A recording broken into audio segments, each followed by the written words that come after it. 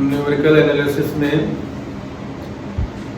Basic चीज़ जो है शुरुआत की जाएगी, जो बीएससी और इंजीनियरिंग दोनों में यूज होती है। तो पहले हम वो नॉर्मल इक्वेशन जो चाहे 2 डिग्री का हो या 3 डिग्री का हो, जैसे x² + bx + c = 0 हो, या x³ + 4x + 3 - समथिंग = 0 हो, x⁵ हो अंडर रूट में हो, या x² + sin x + 2 = 0 दिया गया हो, e⁻x में हो, log में हो। ऐसे सारे इक्वेशन के जो रूट्स होते हैं, real roots, positive root, plus negative roots, इस टाइप के जो केस बनते हैं उनको सॉल्व करना सीखेंगे। इसमें जो है मतलब शुरुआत में बेसिक स्टेप से चलेंगे। तो पहला हमारे पास जो आएगा सॉल्यूशन ऑफ इक्वेशन, जिसे कह सकते हैं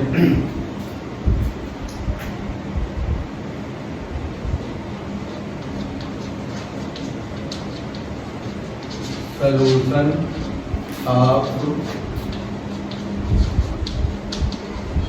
इक्वेशन।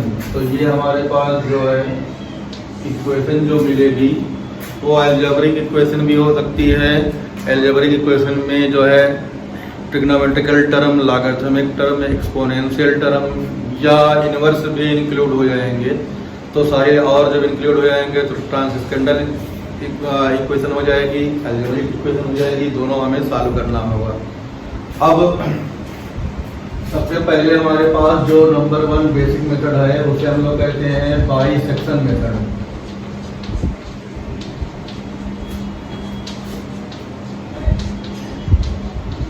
तो बाइसेक्शन मेथड से हम लोग जो है एक क्वेश्चन या 2 क्वेश्चन करेंगे, उसके बाद जो कोर्स में दिया होगा या जो मेंशन किया गया होगा उस मेथड से सीखेंगे। मेथड बहुत है, ये मेथड बहुत स्लो क्वेश्चन को सॉल्व करता है, लेकिन फिर भी हमें थोड़ा बहुत तो सीखना पड़ेगा। बाइसेक्शन मेथड की कुछ बेसिक चीज़ जो होती है वो सुनना है, फिर उसको नोट करना है, फिर उसको मेमोराइज करना है। ये सभी में चलेगी।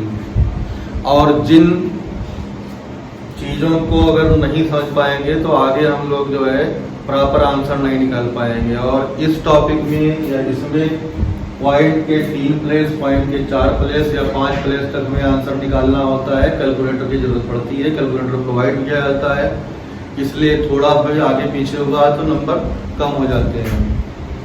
इसलिए हर स्टेप जानना जरूरी है।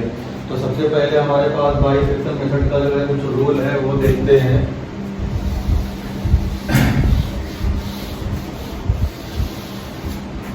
तो बाइसेक्शन मेथड के जो रूल है वो देखते हैं। मान लिया हमारे पास कोई एक्सप्रेशन दिया गया होगा fx की वैल्यू गिवन होगी।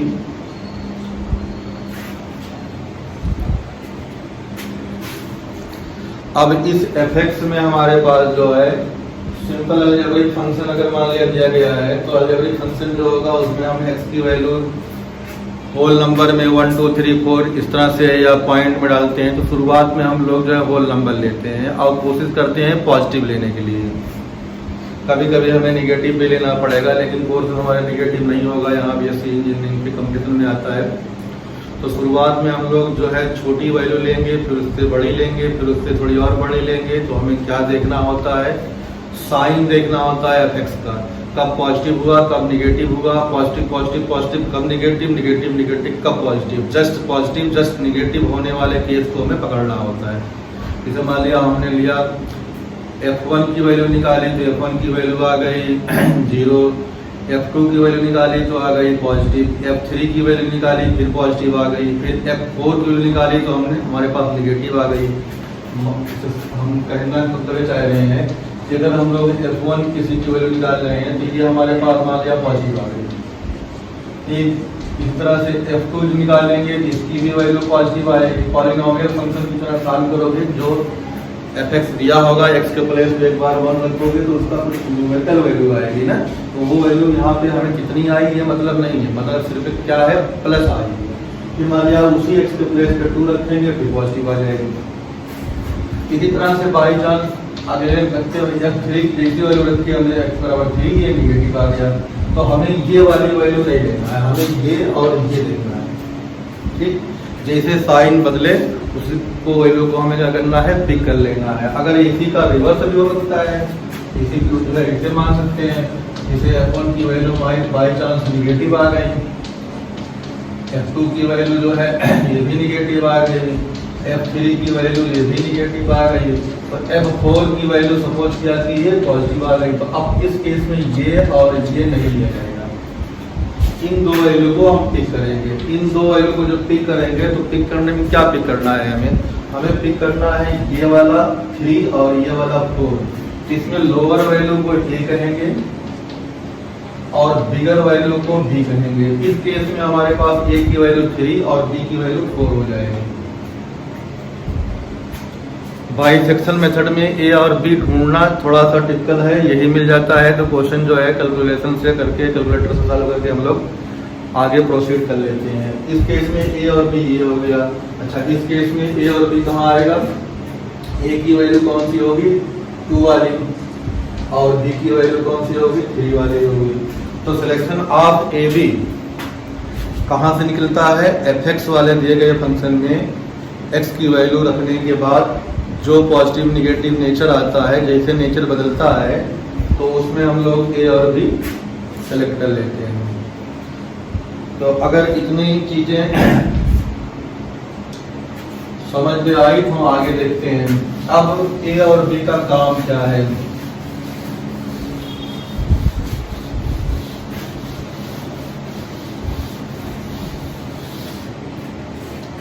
दो चीज बेसिक देखनी है। सबसे पहले हमारे पास पहला स्टेप दिया गया होगा fx, ये क्या होगा, गिवन होगा। दूसरा स्टेप हम लोग क्या करेंगे, find A and B।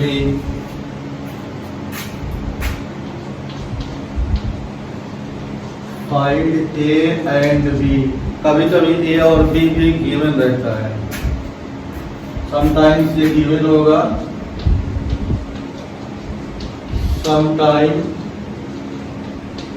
it is also given। अगर गिवन है तो कोई प्रॉब्लम नहीं है, नहीं है तो हम लोग उसे फाइंड करेंगे। वही प्रोसीजर जो अभी बताया है कि जैसे साइन चेंज होगा प्लस से माइनस या माइनस से प्लस, वो वैल्यू पिक कर लेंगे, lower value A, upper value B होगी। तीसरा स्टेप, अब यहाँ थोड़ा सा हम लोग को जो है पुरानी खेल खेलना है, पुरानी चीजों को सोचना है। बहुत पहले या शुरू में हम लोगों ने पढ़ा होगा कि कोई अगर लीनियर फंक्शन है तो कंटिन्यूअस होता है। तो यहाँ पे अगर हम लोग एल्जेब्रिक की बात करेंगे जिसमें कोई डिनोमिनेटर ना हो, लीनियर हो, तो हमेशा क्या होगा, कंटिन्यूअस होगा। क्लोज इंटरवल में कंटिन्यूअस होगा, ओपन इंटरवल की तो बात ही दूर होगी। तो हमारे पास ये देखना होगा fx must be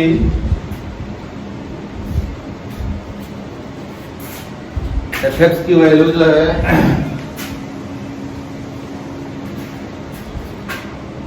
fx must be continuous in closed interval a b। ये इंपॉर्टेंट है। सबसे पहले हमें क्या देखना है, fx को a और b क्लोज इंटरवल में कंटिन्यूअस होना चाहिए। इसके रूल लिखाए हैं, बहुत पहले बताए गए हैं, या रेफरेंस करके कहीं देख सकते हो कि जो पॉलिनोमियल फंक्शन होता है वो कंटिन्यूअस होता है। साइन cos tan कहाँ से कहाँ तक कंटिन्यूअस होते हैं ये भी बताया गया है। log कहाँ से कहाँ तक कंटिन्यूअस होता है, और e की पावर x कहाँ से कहाँ तक कंटिन्यूअस होता है। अगर डिनोमिनेटर में कोई टर्म आता है तो जब वो वैल्यू 0 होती है उस टाइम पे कंटिन्यूअस नहीं होगा, बाकी सब होगा। तो ये हमारे पास जो है, अगर मोटे मोटे सेंस से देखेंगे तो हमेशा क्या होगा, लीनियर फंक्शन कंटिन्यूअस होता है। ये स्टेप जो है डन, इसके लिए जो है मेहनत नहीं करनी है। फिर अगला स्टेप हमारे पास आएगा, स्टेप नंबर 4। ये और इम्पॉर्टेंट है। अगर मान लिया इसकी वैल्यू हम लोग ओरल या अपने आप प्री नॉलेज से जो है डिसाइड कर लें, लेकिन ये वैल्यू हमें जो है कैलकुलेट करनी पड़ेगी। ठीक, अब ये वैल्यू जो कैलकुलेट करने के लिए हम कह रहे हैं, इसे हम पहले जो है इसको देख चुके हैं। क्या कर चुके हैं, इसको पहले देख चुके हैं। जहाँ पे हमने एफ ए और एफ बी की वैल्यू निकाली थी, एक पॉजिटिव एक निगेटिव या एक निगेटिव एक पॉजिटिव आई थी, उन्हीं वैल्यूज का ये काम है। तो यहाँ से हमारे पास F A and F B must be of opposite sign. F A और एफ बी जो है अपोजिट साइन के होने चाहिए। अगर नहीं है तो हम आगे नहीं बढ़ेंगे, अगर बढ़ जाएंगे तो गलत हो जाएगा। साइन उनका बदलना चाहिए। अगर एफ ए एफ बी हमारे पास अपोजिट साइन के हैं तो हम अगले स्टेप पे जाएंगे। तो पहला एफ एक्स दिया होगा, दूसरा स्टेप ए और बी की वैल्यू पता है तो ठीक है, नहीं तो निकाल लेंगे, वही चौथे स्टेप में भी काम आएगी। तीसरा स्टेप हमारे पास जो है जनरलाइज स्टेप है, जो हर कॉन्सेप्ट में अलग अलग होगा, लेकिन अगर लीनियर फंक्शन है, अलजेब्रिक फंक्शन है तो डेट इज कंटिन्यूअस, कोई कुछ करने नहीं है। अब इतना जो करने के बाद हमारे पास आएगा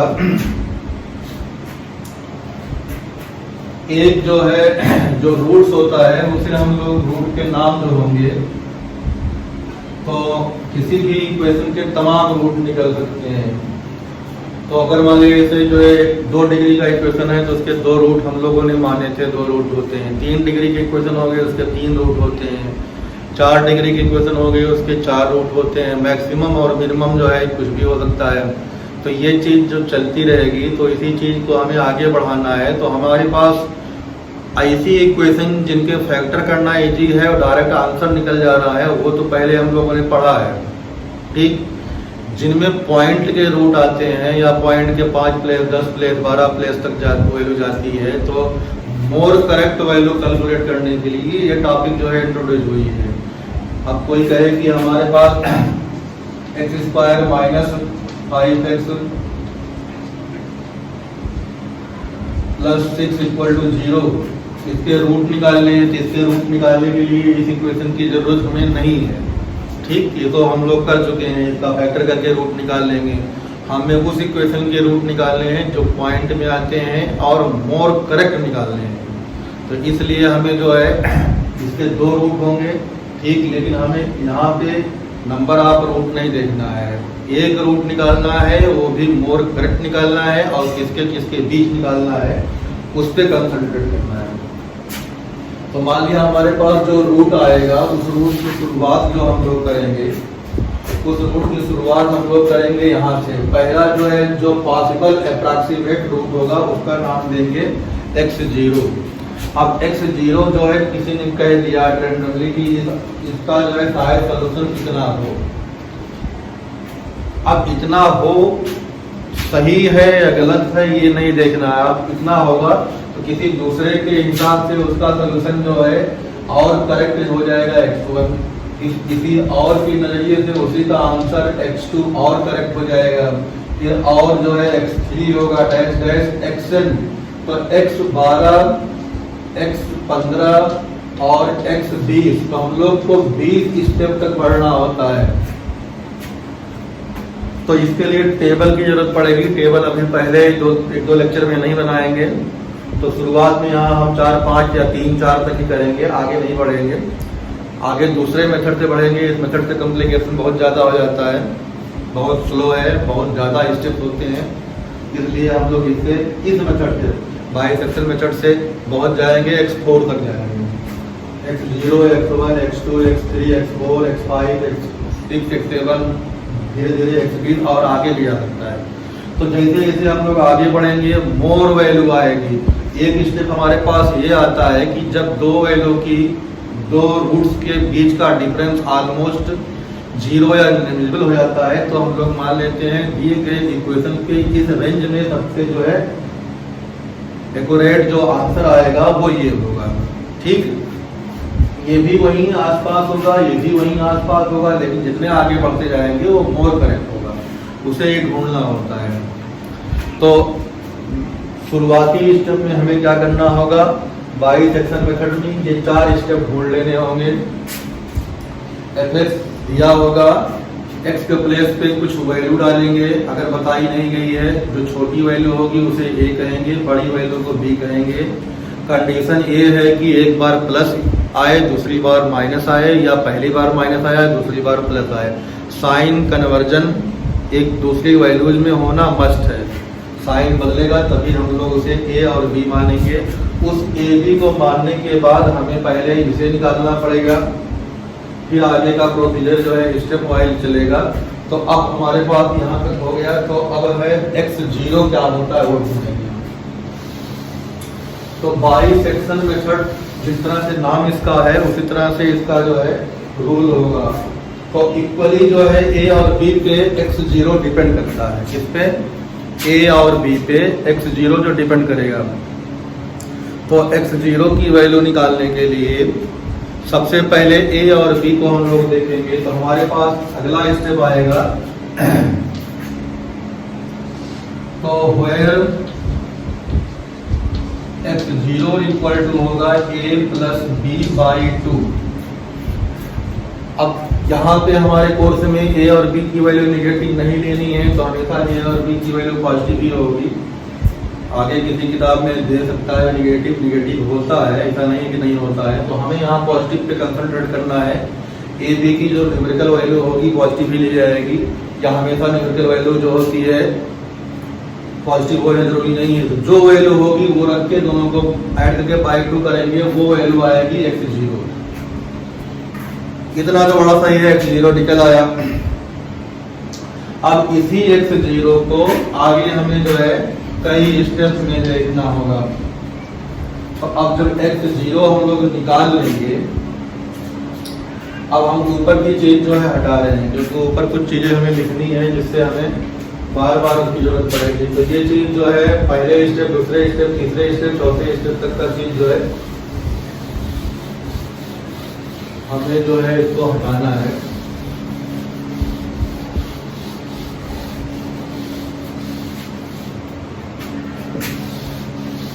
और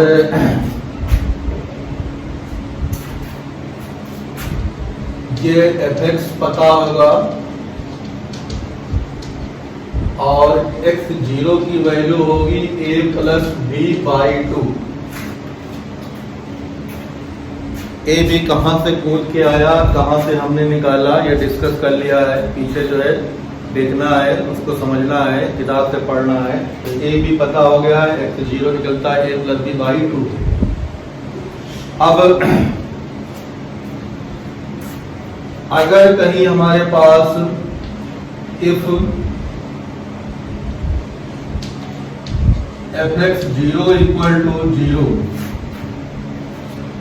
अगर बोले फिर fx0 की वैल्यू 0 के बराबर हो जाती है, तो जो स्टैंडर्ड रिजल्ट होता है या जो रूट होता है ए और बी के बीच में, तो इसका मतलब हो जाएगा कि x0 must be roots of fx।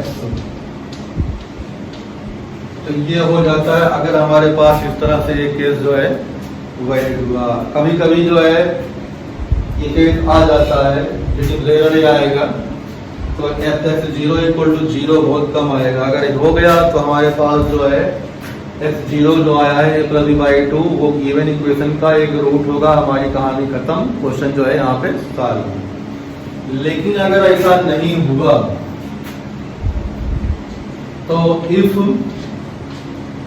fx0 is not equal to 0, अगर कोई एक्सप्रेशन जो है अलजेब्रिक एक्सप्रेशन, उसमें x के प्लेस पे कुछ वैल्यू डाली जाए, तो उसके 3 कंडीशन क्रिएट हो सकते हैं। पहली कंडीशन है उसकी वैल्यू न्यूमेरिकली 0 हो जाए, या पॉजिटिव हो जाए, या निगेटिव हो जाए। तो 0 वाला का तो हमने डिस्कस कर लिया। अब यहाँ देखना है, अगर हमारे पास ये पॉजिटिव हो गया, केस इसका ए है, ध्यान देना यहाँ पे, अगर x0 की वैल्यू पॉजिटिव हो गई, क्या हो गई? पॉजिटिव। तो पॉजिटिव हो जाएगी तो हमारे पास जो a और b और जो x0 है, ये 3 वैल्यू हमारे पास यहाँ पे है। एक वैल्यू क्या है a, दूसरी वैल्यू है x0, तीसरी क्या है b। ये 3 वैल्यू है। इनमें 3 वैल्यू में एक वैल्यू छूटेगी और 2 वैल्यू के बीच में इस दिए गए एफ इक्वेशन का एक रूट होगा। अगर ये पॉजिटिव हो गया तो हमारे पास जो रूट आएगा वो x0 और a के बीच होगा। इस लाइन को ध्यान से सुनना है कि अगर कहीं हमारे पास x के प्लेस पे x0 रखने से fx0 एक्सप्रेशन की वैल्यू पॉजिटिव आ गई तो इसका मतलब रूट जो होगा वो x0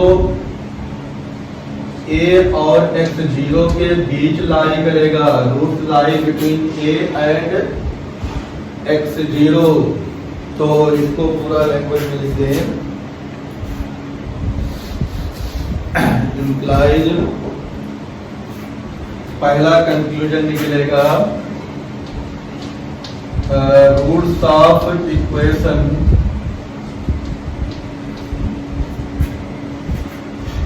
exist between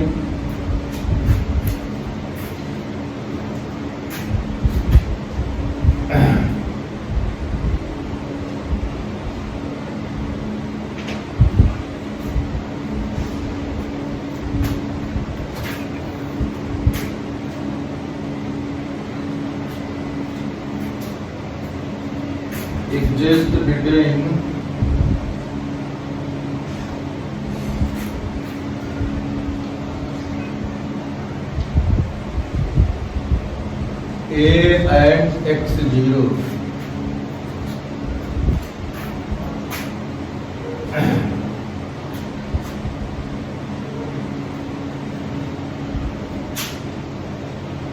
exist between a and x0। ये तब होगा जब हमारे पास x0 की वैल्यू फंक्शन में रखने से उसकी जो है न्यूमेरिकल वैल्यू पॉजिटिव आ जाएगी। इसी का बी पार्ट अब अपने आप कंक्लूड हो जाएगा। अगर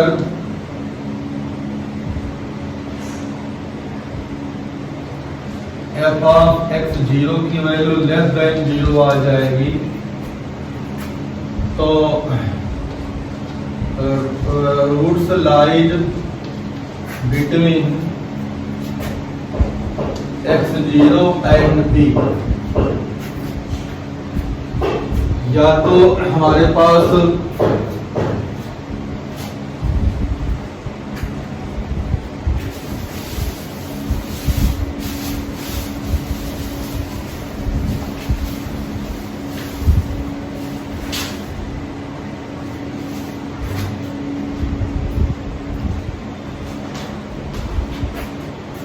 हमारे पास ये वाला केस होगा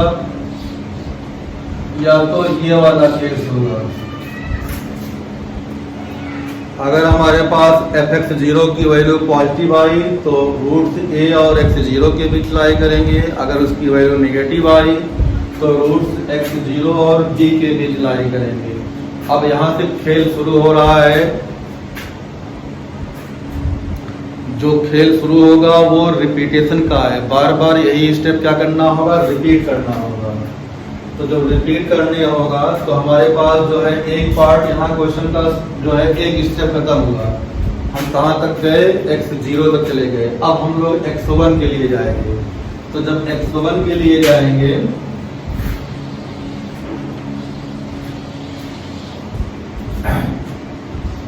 तो x1 के लिए जाने के लिए हमें नए सिरे से फिर बाइसेक्शन मेथड जो है अप्लाई करने पड़ेगा। तो हमारे पास fx पता है, ये क्या है, स्टेप पता है। अब इसमें अगर मान लिया हमने ये माना तो a और x0 लेना पड़ेगा।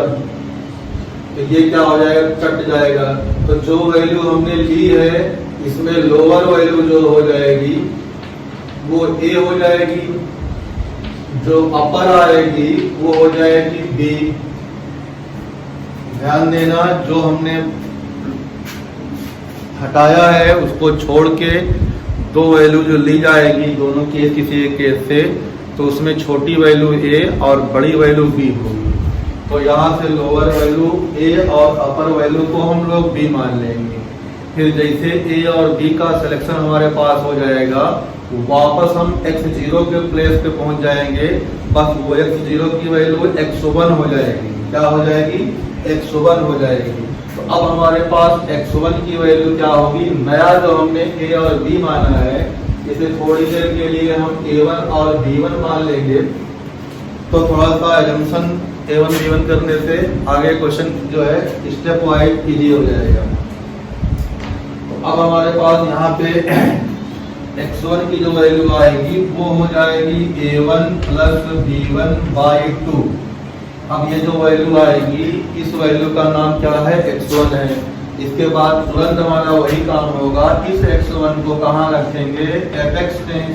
तो अब इसकी वैल्यू भी आएगी। 3 केस हो सकता है, 0, पॉजिटिव और निगेटिव। 0 तो आना नहीं है, ठीक।